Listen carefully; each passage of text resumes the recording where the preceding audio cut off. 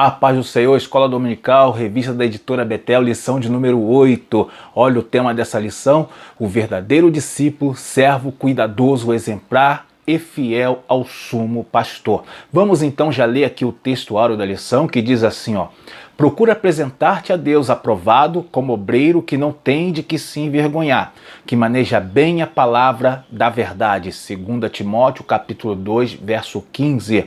Tá? Então esse aí é o textuário. Tá? Vamos então na verdade aplicada, que diz assim: o bom discipulador procura servir ao rebanho com fidelidade ao sumo pastor, dedicação, sendo exemplo e sem ganância. Amém? Então aqui já temos a nossa lição, né? A lição de número 8 da revista da editora Betel.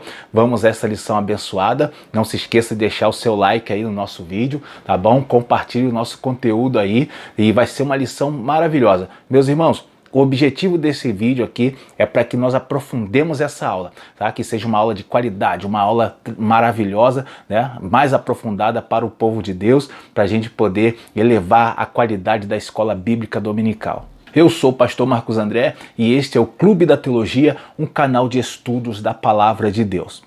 Vamos então aqui na nossa introdução. A introdução, ela tem aqui, vou ler a introdução completa, ela é curtinha, né? Então já dá pra gente já começar a trabalhar essa introdução aqui. Diz assim, ó: a fraqueza de Diótrefes se revelava em um dos pontos cruciais no desempenho de seu chamado: desprezar o trabalho em equipe.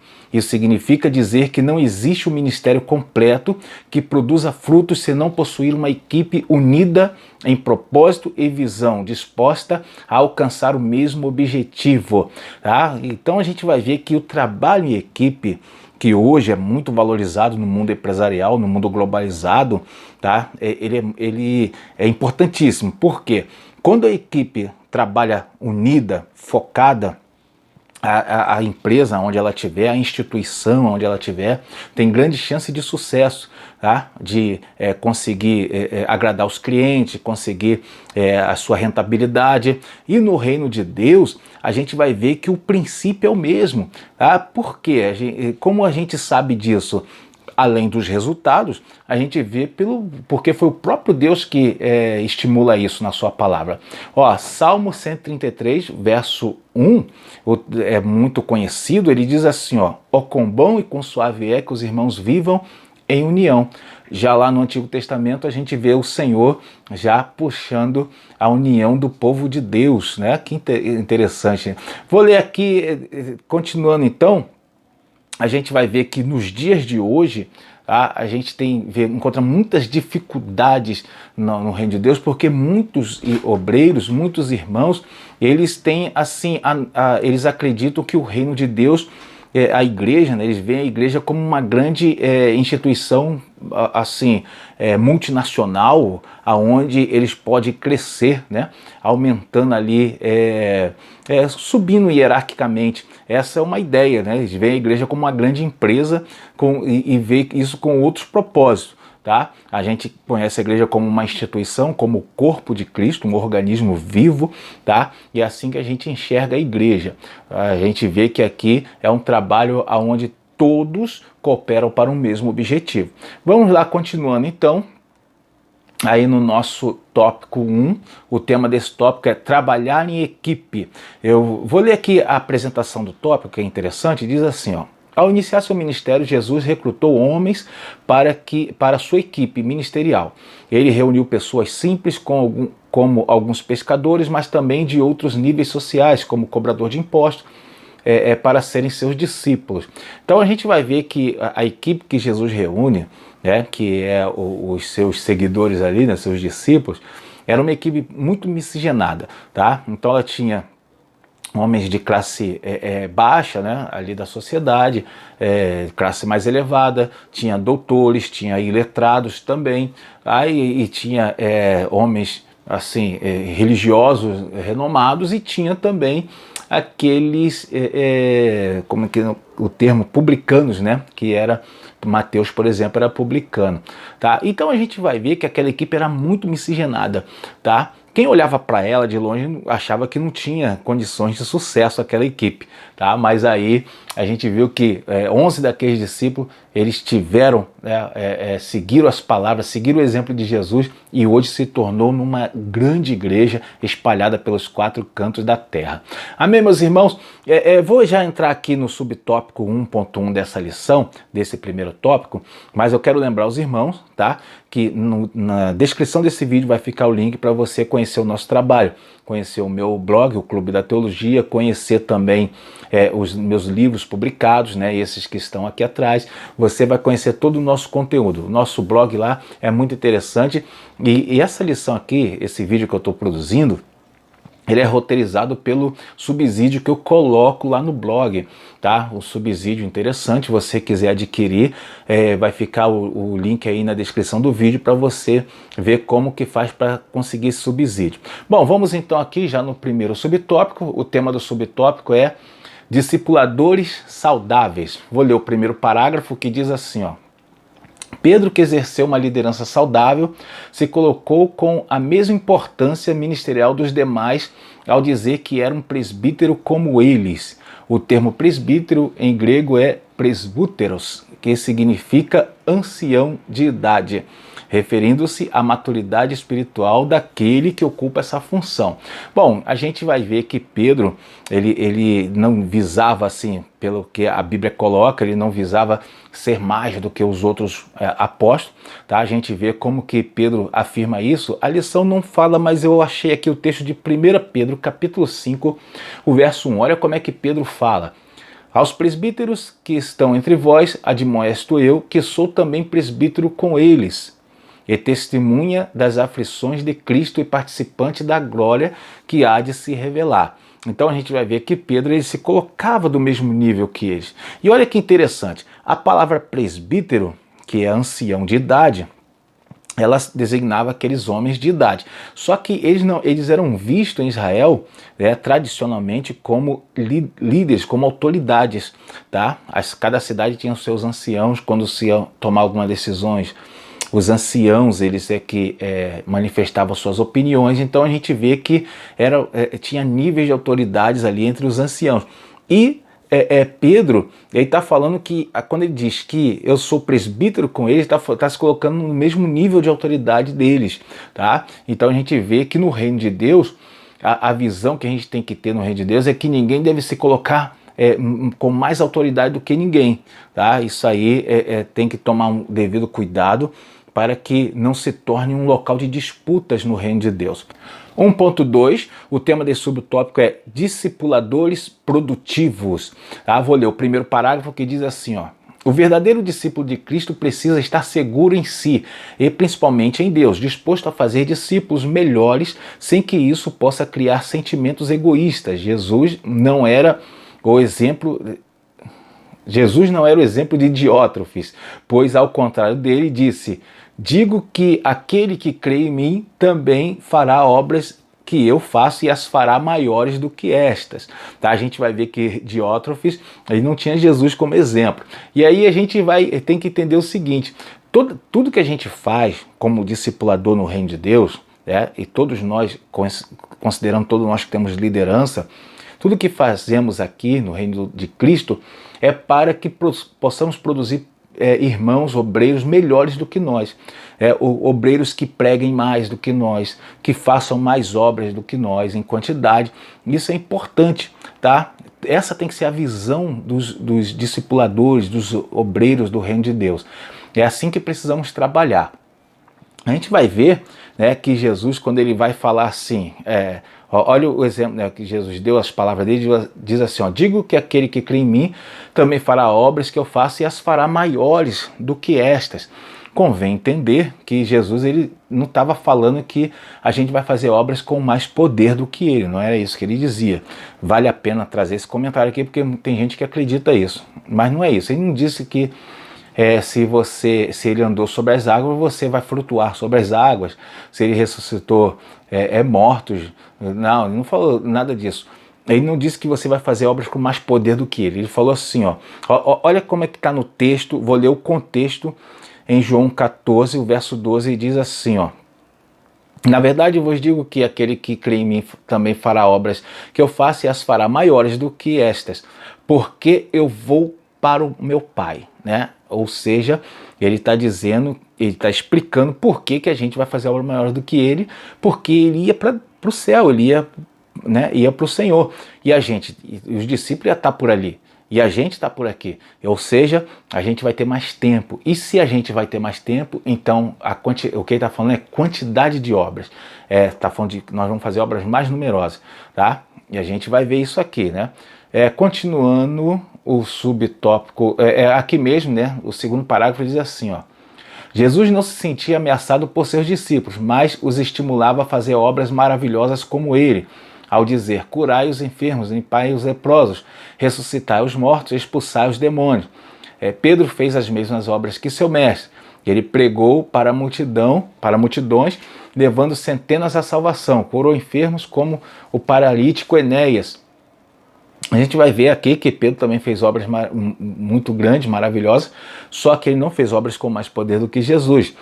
Agora, a gente tem que reconhecer, Pedro ganhou mais almas para o reino do que Jesus, tá? Pedro, ele, num só discurso, ele ganhou quase 3.000 almas, e por ali vai, depois o povo aumenta para 5.000.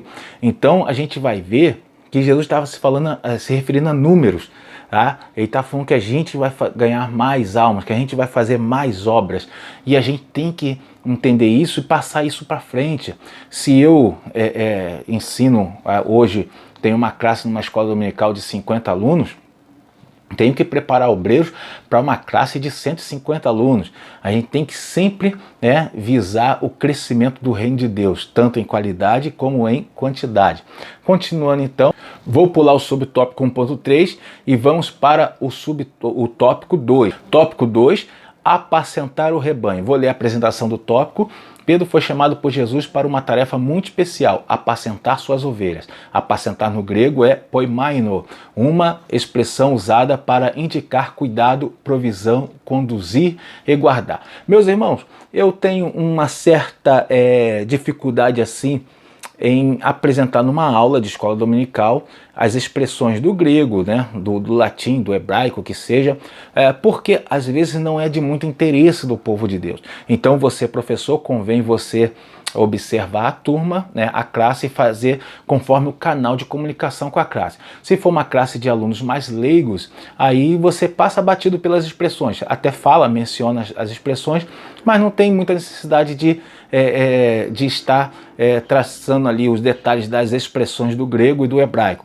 Agora, se a classe for, né, de alunos mais letrados ali, mais aprofundados, classes de obreiros, por exemplo, aí sim é interessante trabalhar as questões, as expressões do grego, do hebraico. Bom, e aqui nessa expressão que nós mencionamos aqui, né, o termo para apacentar, a melhor tradução para ele é cuidar, tá bom? Cuidar, ou seja, apacentar o rebanho do Senhor é cuidar do rebanho do Senhor. O que Jesus, é como se Jesus dissesse para Pedro, cuida das minhas ovelhas, cuida do meu rebanho. Bom, vamos aqui no subtópico 2.1, o tema desse subtópico é ser cuidadoso. Bom, vamos lá então, porque isso, apacentar é ter esse cuidado, né? Vou ler o primeiro parágrafo que diz assim: Pedro tinha a ordem de Jesus em seu coração, doutrinou os demais discípulos que exerciam o cuidado e direcionamento às ovelhas de Cristo.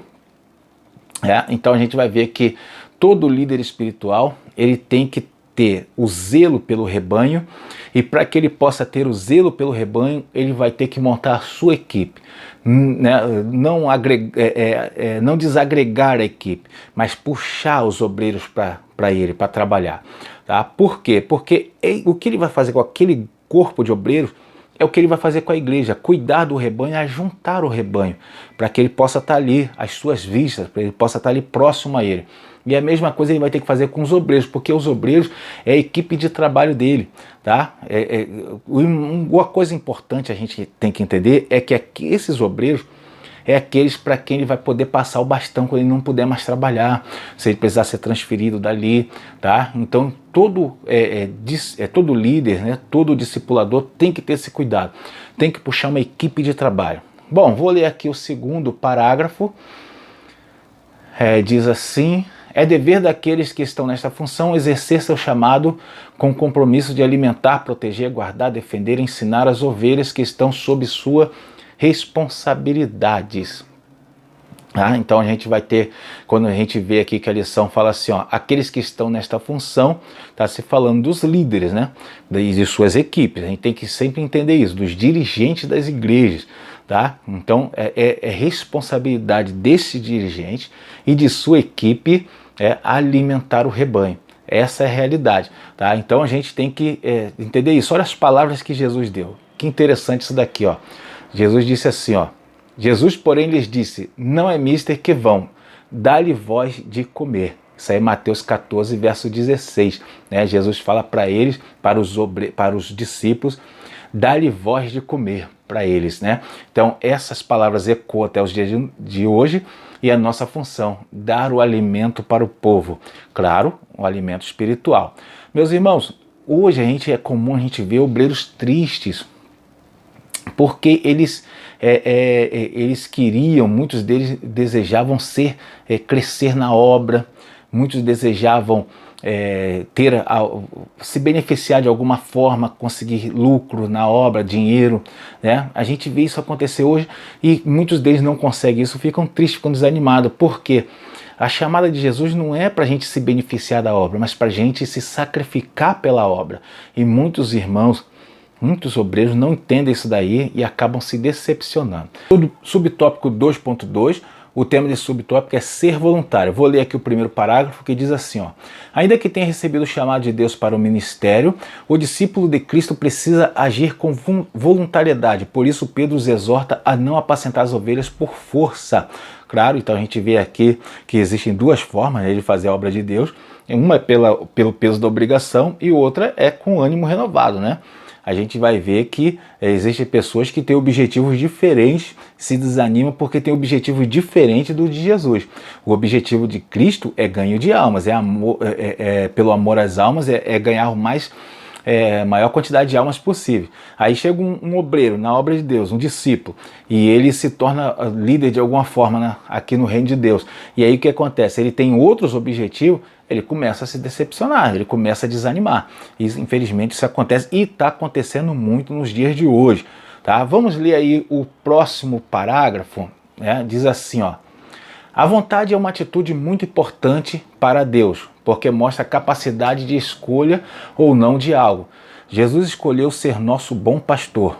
O desejo de Gaio e Demétrio era serem cooperadores que andam na verdade para que os propósitos espirituais fossem alcançados. Então, o ânimo que a gente tem vai definir, né, vai definir as nossas ações, nossas atitudes.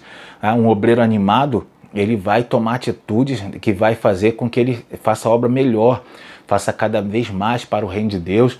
Isso aí vai acontecer muito no meio do povo de Deus. Por exemplo, vou dar um exemplo aqui. Um obreiro animado, um servo de Cristo animado na obra. Ele chega cedo, ele é o último a sair, ele ajuda o pastor, ele se prepara, né? Ele auxilia, tolera as dificuldades. O desanimado não tolera dificuldade, não chega cedo, quando acaba o culto ele vai embora rápido, né? E aí você que está ouvindo aí essa ministração, pensa aí, que tipo de obreiro tem sido você? Que tipo de servo de Cristo você está sendo? Você que é professor, ensina aí para os alunos, né? Pergunta para eles. Tá? Vamos lá então, o próximo 2.3 é ter ânimo. Vou ler aqui o primeiro parágrafo, diz assim, ó. O caráter de Diótrefes o impedia de ser um verdadeiro discípulo, pronto a atender os anseios do rebanho. O ânimo é frequentemente evocado por Deus a homens para deixá-los prontos a cumprir suas tarefas. E aí temos uma referência de Josué 1:9, tá? Porque Deus aí não quer que a gente faça nada de má vontade. O Senhor quer que a gente trabalhe animado, porque a gente trabalhando animado, a gente vai fazer o nosso melhor. Olha o que Deus faz com Josué, antes de enviar Josué para aquelas tarefas de comandar o exército. Antes de Deus enviar, olha o que ele fala. Josué capítulo 1, verso 9, muitos irmãos já conhecem. Diz assim, ó, não te mandei eu, esforça-te e tem bom ânimo. Não temas nem te espante, porque o Senhor teu Deus é contigo por onde quer que andares. tá? Então o trabalho primeiro foi de animar Josué. E isso aqui a gente aprende que nós precisamos estar animados para o nosso chamado, né? Vamos aqui no próximo parágrafo, diz assim, ó. Jesus também exortou seus discípulos para que tivessem ânimo. Estar animado, estar confiante de que as coisas acontecerão ainda que não sejam fáceis. Tá? Então a gente vai ver que Jesus está chamando os discípulos para seguirem o exemplo dele, né? Porque essa é a única forma da gente conseguir ter sucesso no reino de Deus. E quando eu falo sucesso, eu falo ganhar o maior número de almas possíveis, né? Então Jesus ele nos dá esse ensinamento.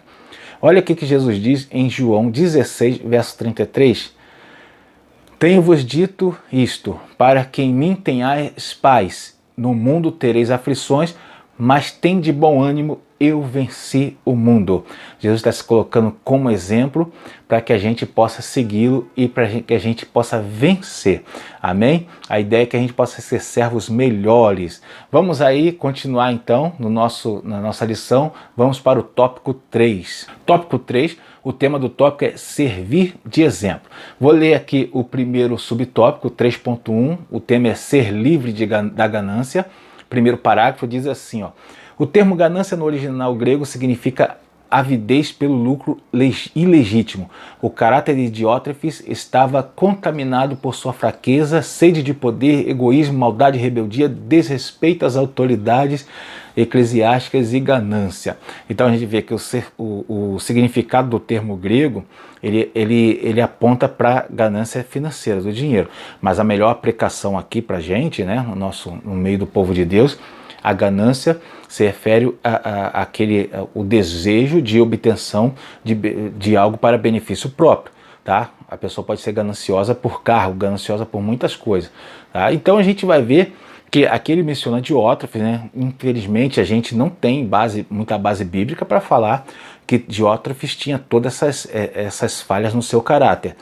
O texto bíblico é muito curto, tá? Por isso que usar Diótrefes como exemplo aqui talvez não seja muito correto. Mas o fato é que o obreiro não pode ser ganancioso. Ele não pode estar no reino de Deus buscando coisas em benefício próprio, né? Desejo exagerado aí algo para seu benefício pessoal de sua família. O obreiro tem que estar livre dessas ganâncias. Vamos lá então, no segundo parágrafo diz assim, ó. Ele queria tirar proveito da obra de Deus, colocando-se em prioridade em tudo, agindo contrariamente ao que Jesus ensinou, que quem quiser ser o primeiro deverá antes ser o último, tá? Então Jesus ele ensina isso lá em Marcos 9:35. E a gente vai entender que Jesus está passando ali em Marcos 9:35, ele está passando que a visão do reino de Cristo, do reino de Deus é diferente da visão do reino humano, tá? Jesus ele usa um recurso poético, né, que é o trocadilho, tá? Eu também escrevo livro de poesia, eu tenho um pouco desse conhecimento. O recurso poético aí é o trocadilho que Jesus usa. Olha como Jesus fala. E ele, assentando-se, chamou os 12 e disse-lhes: se alguém quiser ser o primeiro, será o derradeiro de todos e servo de todos. Então Jesus está passando para eles que no reino de Deus é diferente do reino do mundo, no reino humano.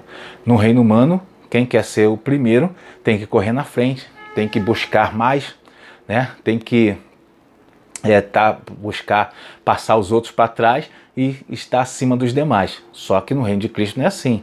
No reino de Cristo, quem quiser ser o primeiro no reino de Deus, ele tem que se fazer como o mais humilde, como o mais simples, como o último de todos, passar sempre a vez para os outros, colocar os outros em prioridade, tá? Isso é a forma de aplicar esse conteúdo aqui. 3.2, prestar contas. Vou ler aqui o primeiro parágrafo, diz assim, ó. Diótrefes não prestava contas de seu ministério a seu líder e o apóstolo João. Aliás, nem o recebia. Ele tinha um espírito independente, esquecendo-se de que o reino de Deus funciona no princípio da hierarquia. Então a gente vai ver que existe também no reino de Deus a hierarquia, tá? É claro que não pode ser vista como uma forma gananciosa, né? Mas Diótrefes ele via dessa forma, porque ele queria a primazia, como o apóstolo João fala lá na sua carta.